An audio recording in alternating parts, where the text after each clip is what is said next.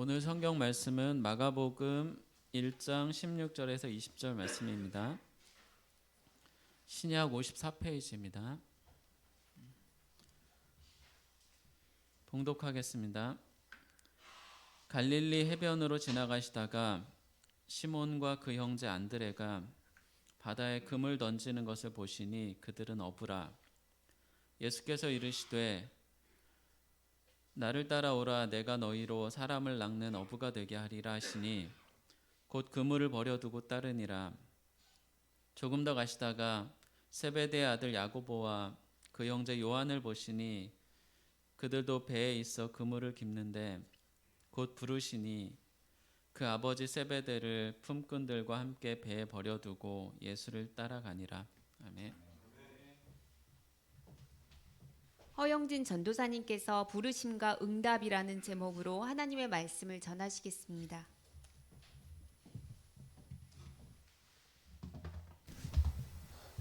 평안하셨습니까?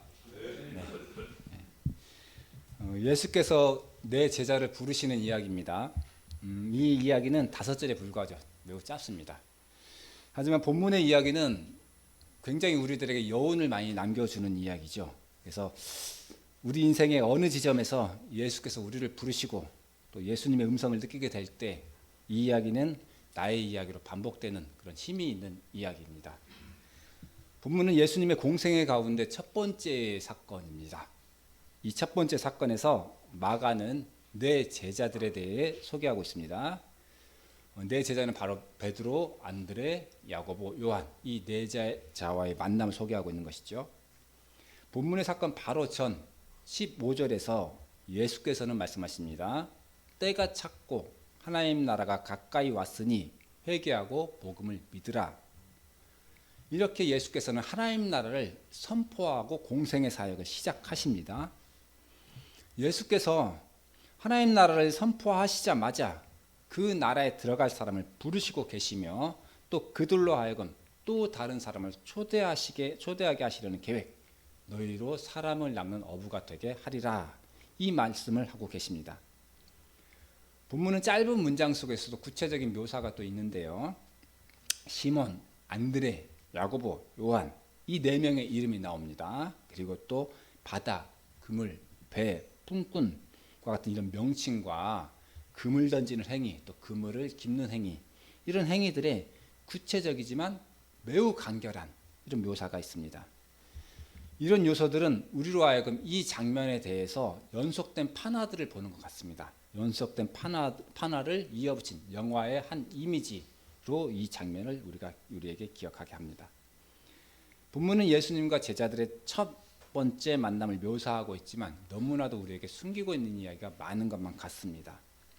어부들, 이 이야기에 나오는 네 어부들이 예수께 보인 반응은 그저 우연히 일어났다고만 말할 수 없습니다.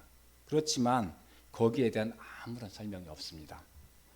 본문에서 유일하게 말하시는 이는 예수님 뿐이십니다. 그리고 그 말씀하시는 예수께 제자들은 따라 나설 뿐입니다. 우리는 마가복음을 통해서 제자들이 어부였고 또 그날 갈릴리 해변에서 물고기를 잡거나 그물을 깁거나 하고 있었다는 사실 외에 더 알 수 있는 사실은 없습니다. 그들이 왜 그날 거기에 있었는지, 그들은 어부의 일을 즐거워했는지, 왜 형제끼리 있었는지, 그날도 바다는 출렁였고 햇빛은 빛나고 모래는 뜨거웠을 테지만 마가는 이런 사정에 대해 아무것도 우리에게 말해주지 않습니다. 다만 마가복음은 예수님의 부르심과 제자들의 반응만을 우리에게 말합니다. 그날 거기에 예수께서 계셨다. 어부들은 예수를 따라 나섰다.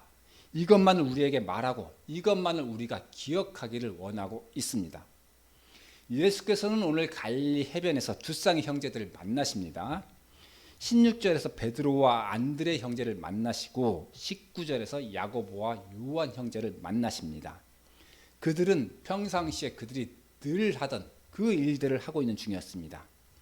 본문은 병행하는 두 이야기로 구성되어 있습니다.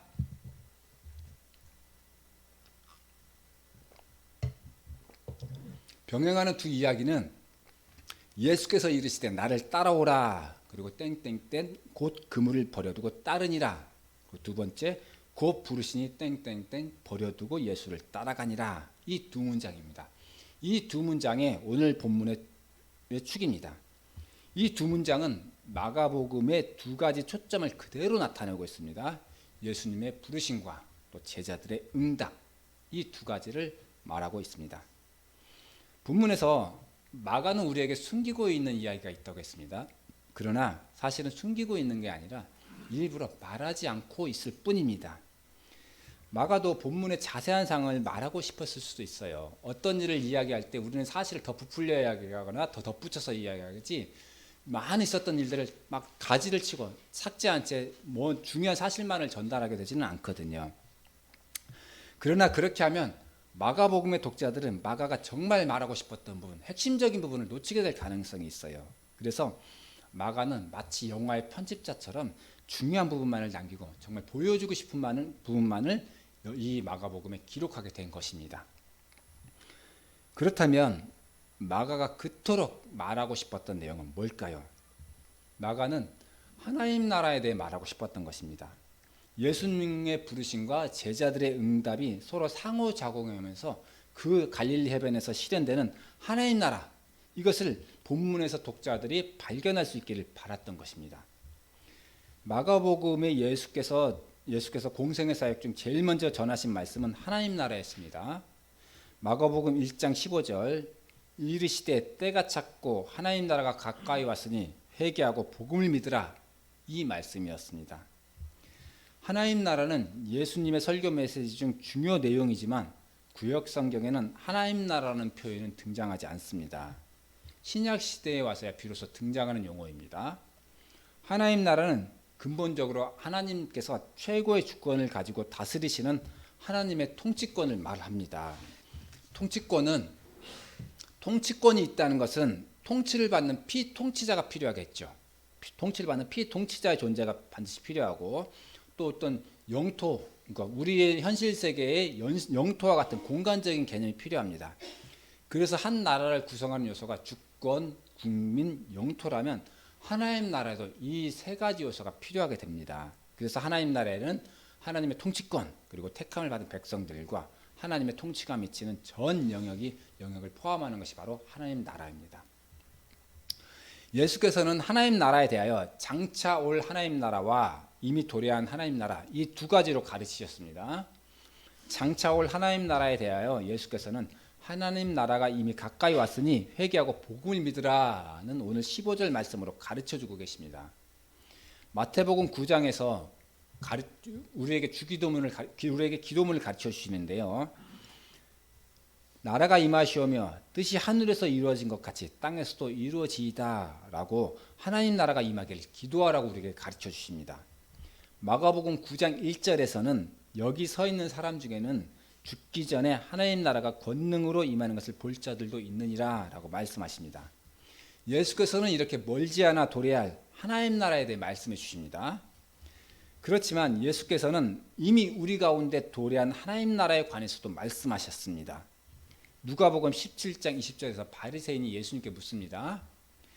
하나님 나라가 어느 때 임합니까? 그럴 때 물을 때 예수께서 답변하십니다. 하나님 나라는 이미 너희 안에 있느니라. 이 말씀은 예수께서 오심으로 말미암아 하나님의 나라는 이미 우리 가운데 씨 뿌려졌고 자라고 있다라는 말씀입니다. 이 말씀은 마가복음 4장에 씨 뿌리는 비유를 통하면 더 잘 이해할 수 있습니다. 한 사람이 밭에 씨를 뿌렸습니다. 그런데 그는 씨를 뿌렸지만 그 씨가 언제 싹이 나고 언제 자라고 또 언제 이삭이 맺히고 또 언제 충실한 곡식이 되는지 알지 못합니다. 그렇지만 그 씨 뿌린 사람도 알지 못하는 사이에 씨는 자라나 열매를 맺고 추수할 때에 이르게 된다는 말씀입니다. 하나님 나라는 밭에 뿌린 씨와 같이 이미 뿌려져 싹이 나고 있지만 우리는 씨가 자라는 것을 모르는 사람과 같이 하나님 나라가 자라고 있음을 알지 못합니다. 하지만 그럼에도 불구하고 하나님 나라는 싹이 나고 이삭이 맺히고 열매가 충실해져 추수 때에 이르게 될 것이라는 말씀입니다. 하나님 나라는 실제 역사 속에서 사단의 세력과 대결하고 성도들에게 구원을 준다는 점에서 세상의 종말에 이르기까지 그 영역이 계속해서 확장되어 갑니다. 하나님 나라의 이런 성격 때문에 하나님 나라는 이미 임했지만 그러나 아직 도래하지 않았다, 이렇게 말할 수 있는 것입니다. 그래서 이런 것들을 하나님 나라의 이중적인 성격이다라고 말합니다. 마태복음 12장 28절은 이미 온 하나님 나라에 대한 말씀입니다. 내가 하나님 나라의 성령을 힘입어 귀신을 쫓아내는 것이라면 하나님의 나라가 이미 너희에게 임하였느니라 라고 예수님께서는 말씀하십니다. 예수님의 권능으로 귀신을 쫓아내는 것, 예수님의 사역은 예수님의 이 모든 사역은 하나님 나라의 도래를 의미하는 것입니다. 세례 요한이 옥에 갇혔을 때 세례 요한은 예수님에 대한 소문을 들었습니다. 세례 요한은 예수님이 메시아인지 궁금했습니다. 그래서 세례 요한은 예수님께 그의 제자들을 보냅니다. 요한의 제자들이 예수님께 여쭙니다. 오실 그이가 당신입니까? 아니면 다른 이를 기다려야 합니까? 예수님은 요한의 제자들에게 이렇게 말씀하십니다. 이렇게 답변하십니다. 맹인이 보며 못 걷는 사람이 걸으며 나병 환자가 깨끗함을 받으며 못 듣는 자가 들으며 죽은 자가 살아나며 가난한 자에게 복음이 전파된다 하라. 예수님은 당신이 메시아의 심을 일일이 설명한 것이 아니라 메시아가 왔을 때 일어난 일, 그 일들이 지금 일어나고 있다라는 것을 말씀해 주셨습니다. 예수님의 이 말씀은 메시아에 대한 이사야의 예언이 성취되고 있음을 보여주시는 말씀입니다. 초대교회 사도들을 통해서도 귀신들이 쫓겨나고 온갖 병자들이 고침을 받음으로 하나님 나라가 전파됨을 보여주셨습니다. 하나님의 왕권이 이 세상 가운데 작용하여 귀신이 쫓겨나는 것은 악한 세력에 대한 하나님의 심판을 예고하십니다. 또한 각종 병자들이 고침을 받는 것은 하나님의 구원이 선포되고 있음을 상징합니다. 그렇다면 여러분, 이 세상에 하나님 나라가 이미 임했습니다. 이 세상에 하나님 나라가 임했는데 왜 악한 세력은 우리와 공존하는 것입니까? 마태복음 12장 29절을 보겠습니다. 예수님이 하신 말씀입니다. 사람이 먼저 강한 자를 결박하지 않고서야 어떻게 그 강한 자의 집에 들어가 그 세간을 강탈하겠느냐? 결박한 후에야 그 집을 강탈하리라. 강한 자는 사단을 의미하는 말입니다. 강한 자의 결박이란 사단을 결박하고 사단의 세력을 축출하는 것을 말합니다. 본문과 같이 결박에 대한 언급은 요한계시록에도 나옵니다. 용 곧 뱀이요 마귀요 사탄을 잡아서 1000년 동안 결박하신다고 요한계시록에는 기록되었는데요. 이 결박하신다는 의미는 사단의 세력의 최후를 예고하는 의미로 성경에서는 언급되고 있습니다. 본문에서 사단을 결박한 자는 누구입니까? 본문을 말씀하시는 예수님이십니다. 예수께서 사단을 결박하시고 병고침과 귀신 축출 등을 통해 사단의 세력을 강탈해 가고 계심을 말씀하시는 것입니다. 사단의 세력을 강탈하는 것, 사단의 세간을 강탈하신다는 것은 예수께서 사단에게 결박당한 또 사단에게 사로잡힌 이 백성들을 해방시키고 계신다는 것을 말합니다. 그러나 사단이 결박당했다 하더라도 사단이 아직 멸망당한 것은 아니지요. 사단이 아직 멸망당한 것은 아니기 때문에 최후의 그때까지 사단의 활동이 계속됩니다. 그렇기 때문에 이 세상에 하나님의 나라가 임했다 하더라도 복음이 전파되고 있음에도 불구하고 악한 세력의 활동은 멈추지 않는 것입니다. 예수께서는 이와 같은 현상에 대해 비유를 통해 이미 우리에게 말씀해 주셨습니다. 마태복음 13장에 보면 알곡과 가라지의 비유가 있습니다. 어떤 사람이 자기 밭에 좋은 씨를 뿌렸습니다. 그런데 원수가 와서 그 밭에 가라지의 씨앗도 뿌리고 갑니다. 곡식이 자라면서 가라지도 같이 자라겠죠. 이것을 본 농부의 종들이 농부에게 말합니다. 우리가 가서 이것들을 뽑을까요? 농부는 아니다. 가라지를 뽑다가 곡식까지 뽑힐까 염려된다. 둘 다 추수 때까지 함께 자라게 그냥 두어라. 추수 때에 내가 추수꾼에게 이르기를 가라지는 먼저 걷어 불사르고 곡식은 모아서 곡간에 넣으리라. 이렇게 대답했다고 합니다. 이 비유는 세상이 끝날 때까지 알곡과 가라지가 함께 있을 것을 말합니다. 하나님이 복음이 전파되는 그곳에 악한 세력도 끝까지 함께 있을 것이다 라는 것을 보여줍니다. 그러나 하나님의 나라는 그럼에도 불구하고 계속해서 확장되어 갑니다. 오늘 본문 말씀의 의미는 예수님의 하나님 나라 선포와 관련되어 생명력을 가지고 그 의미가 확장되고 있습니다. 독자들은 잘 알지 못하지만 미처 생각하지 못했을 수 있지만 마가는 본문의 행간에 하나님의 나라를 적어 놓았기 때문입니다. 어부들이 예수님의 부르심을 들었을 때 그들은 즉각적으로 그들의 과거와 현재의 일을 뒤로하고 예수님을 따랐습니다. 이러한 순종은 우리의 삶 속에서 하나님의 통치가 실현되는 모양입니다.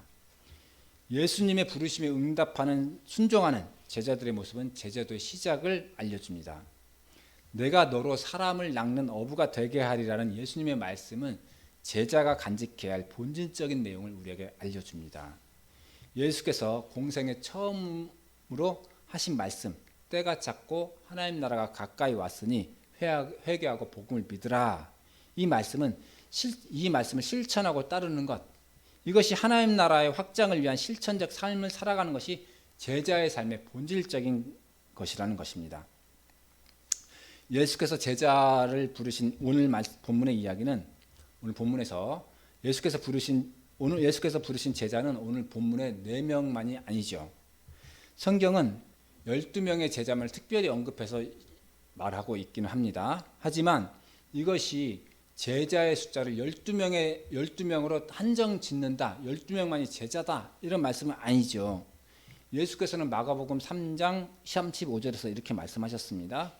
누구든지 하나님의 뜻대로 행하는 자가 내 형제요, 내 자매요, 어머니니라, 이렇게 말씀하셨습니다. 그래서 우리가 예수님의 제자 12명 중에 가룟 유다를 예수님의 제자라고 할 사람은 여기에 계신 분 중에 아무도 없을 것입니다. 왜냐하면 그는 예수님의 뜻대로 행하는 자가 아니었기 때문입니다. 또 반면에 사도 바울은 예수님의 12제자 중에 속하지 않았어요. 하지만 이 사도 바울이 예수님의 제자가 아니라고 할 사람은 아무도 없을 것입니다. 바울만큼 예수님의 뜻대로 행한 자가 없기 때문입니다. 그렇다면 오늘 우리가 우리의 모습을 돌아다 봐야 합니다. 우리가 제자인가? 내가 제자인가? 아닌가? 가룟 유다와 바울에게 적용되었던 기준은 오늘 우리에게도 적용됩니다. 과연 내가 제자의 삶을 살고 있는가? 내 삶이 하나님 나라를 확장하는 데 쓰임받고 있는가? 생각해 봐야 합니다. 우리는 내 삶을 돌아봤을 때 나의 삶이 제자로서의 삶을 만족스럽게 살아내지 못하고 있구나, 이런 것을 인정해야 될 수도 있습니다. 오늘 내 삶을 돌아봤더니 내가 하나님의 백성의 삶과는 거리가 먼 삶을 살았구나, 이렇게 내가 스스로 인정해야 될 때가 올 수도 있습니다. 그러나 그렇다고 해서 그것이 바로 곧 나의 인생의 실패구나, 이렇게 말할 수 없습니다. 왜냐하면 내가 구원받는 것이 내가 하나님께 순종했기 때문에 나의 순종의 공로로 내가 구원받는 것이 아니구나라는 것을 우리가 인정할 수밖에 없는 것처럼, 우리의 인생의 성공과 실패를 결정하시는 이는 오직 하나님 한 분뿐이기 때문입니다. 오늘 본문에서 순종했던 제자들, 예수님의 부르심에 응답함으로 이 세상에 하나님 나라가 실현되는 작은 모형을 보여주던 그 제자들은 오늘 본문 이후의 말씀에서는 그들이 과연 제자인가? 우리가 의심해야 될 정도로 실망스럽던 모습들을 계속해서 보여줍니다. 그럼에도 제자들이 제자로서 남을 수 있었던 것은 예수님의 나를 따라오라는 그 말씀에서 찾을 수 있습니다. 나를 따라오라는 것은 내 뒤를 따라오라는 것이지요. 어떤 내가 스스로의 능력에 의해서 뭔 일을 하라는 것이 아닙니다. 예수님께 의지해서 그대로 행하라, 그런 것이죠. 그런 예수님의 모습은 마가복음 14장 27절 28절에 있는데요. 예수께서 제자들에게 이르시되 너희가 다 나를 버리리라 있는 기록된 바 내가 목자를 치리니 양들이 흩어지리라 하였음이니라. 그러나 내가 살아난 후에 너희보다 먼저 갈릴리로 가리라. 예수께서는 제자들이 다 시험에 걸려 넘어질 것이다, 넘어질 것을 알았죠. 넘어지겠지만 그럼에도 부활하신 당신께서 목자가 양떼를 인도하듯 제자들을 갈릴리로 인도하시겠다, 그 말씀입니다. 실패한 제자들을 갈릴리로 인도해서 거기에서 또다시 새로운 시작을 하도록 내가 너희를 인도하겠다, 이렇게 말씀하시는 것입니다. 이 말씀은 마가복음의 제자들도 우리와 똑같은 실수와 후회를 반복했음을 알려줍니다. 그럼에도 불구하고 그들을 제자로, 하나님의 백성으로 삼으신 것은 예수님이시라는 것입니다. 우리는 우리의 힘으로 구원받을 수 없습니다. 우리를 구원하신 것은 자기 목숨을 많은 사람의 대속물로 주신 예수 그리스도의 순종입니다. 우리가 구원받는 근거가 있다면 그것은 바로 십자가입니다. 오늘 우리는 그 십자가를 따름으로써 우리의 삶을 하나님 나라에 세울 수 있고 제자의 삶을 살아갈 수 있습니다. 함께 기도하시겠습니다. 하나님 아버지, 저희에게 예배를 허락해 주셔서 감사드립니다. 저희의 마음이 항상 하나님을 향하여 있기를 원합니다. 저희의 삶이 항상 하나님의 계획 안에 있기를 원합니다. 저희에게 지혜를 더하여 주셔서 예수님을 따르는 삶보다 귀한 삶이 없다는 진리를 실천하게 하여 주시옵소서. 예수님의 이름으로 기도드렸습니다. 아멘.